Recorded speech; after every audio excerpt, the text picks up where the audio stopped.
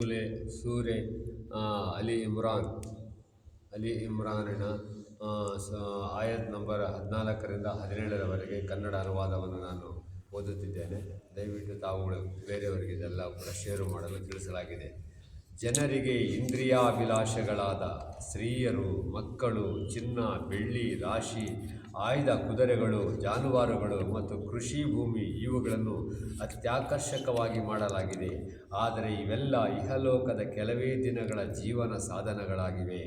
ಯಥಾರ್ಥದಲ್ಲಿ ಅತ್ಯುತ್ತಮ ವಾಸಸ್ಥಾನವಂತೂ ಅಲ್ಲಾಹನ ಬಳಿಯಲ್ಲಿದೆ. ಹೇಳಿರಿ, ನಾನು ಇವುಗಳಿಗಿಂತಲೂ ಹೆಚ್ಚು ಉತ್ತಮವಾದುದೇನೆಂದು ನಿಮಗೆ ತಿಳಿಸಲೇ? ತಕ್ವಾದ ಅಂದರೆ ಧರ್ಮನಿಷ್ಠೆಯ ನಿಲುಮೆಯನ್ನು ಕೈಗೊಂಡವರಿಗೆ ಅವರ ಪ್ರಭುವಿನ ಬಳಿ ತಳಭಾಗದಲ್ಲಿ ಕಾಲುವೆಗಳು ಹರಿಯುತ್ತಿರುವ ಉದ್ಯಾನಗಳಿವೆ. ಅಲ್ಲಿ ಅವರಿಗೆ ಶಾಶ್ವತ ಜೀವನ ಪ್ರಾಪ್ತವಾಗುವುದು, ಪರಿಶುದ್ಧ ಮಡದಿಯರ ಒಡನಾಟವಿರುವುದು ಮತ್ತು ಅವರು ಅಲ್ಲಾಹನ ಸಂಪ್ರೀತಿಗೆ ಪಾತ್ರರಾಗುವರು.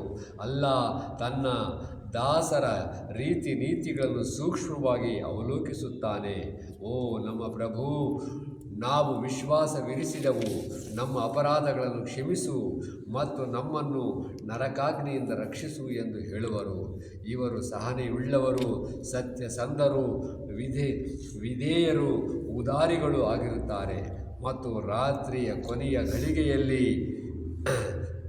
ಗಳಿಗೆಯಲ್ಲಿ ಅಲ್ಲಾಹನೊಡನೆ ಪಾಪ ವಿಮೋಚನೆಗಾಗಿ ಪ್ರಾರ್ಥಿಸಿರುತ್ತಾರೆ.